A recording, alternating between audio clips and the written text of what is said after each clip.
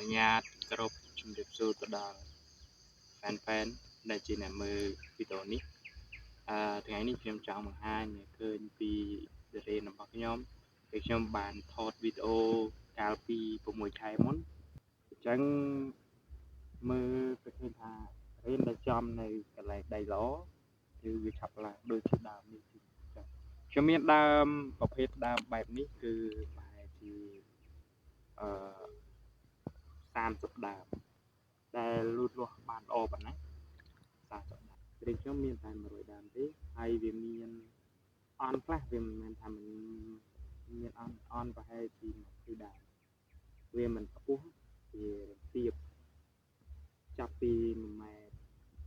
30ឡើងទៅហើយបញ្ជាក់ថាត្រេននេះគឺទើបតែអាយុ6ខែទេបាទខ្ញុំវារបស់ខ្ញុំចុះដាំក្នុងខែ8អូខែ5ត្រេននេះអត់បានមកគូទេយើងចាំទស្សនាវីដេអូបន្តជាមួយថាត្រេននេះក្នុងនៅពេលដែលវាដល់អាយុវា1ឆ្នាំមួយខួបតើវាមានកម្ពស់ប៉ុណ្ណាអញ្ចឹងយើងទៅមើលត្រេនដើមមួយទៀតមួយបាទ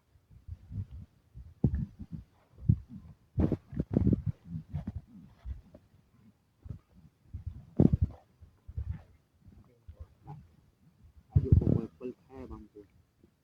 នេះយើងអាហ្នឹងករណីដែលដីល្អដីដែលមានជីជាតិស្រាប់ហើយយើងមួយចំនួនតើតើនឹងការតើតើស្លឹកតើតើដីតើតើប្រព័ន្ធឫសហើយនឹងការកែប្រែដី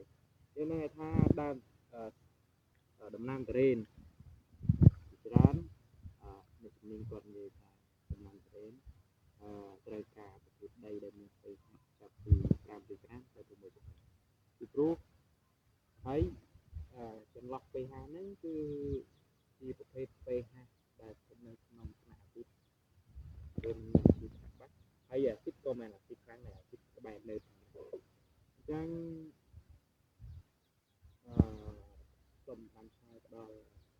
នៅតាមដើមត្រេននៅអាយុតិចដែលមានអាយុ20ឆ្នាំចុះក្រោមឬក៏ត្រឹម20ឆ្នាំសូមបើសិនតែយើងចង់បានត្រេនយើងគឺថាគិតមើលទៅលើទី1ការពូជទី2តែប្រភេទដាំទី3ការថែទាំនិងទី4ប្រភេទដីអញ្ចឹងវីដេអូនេះសូមតទៅ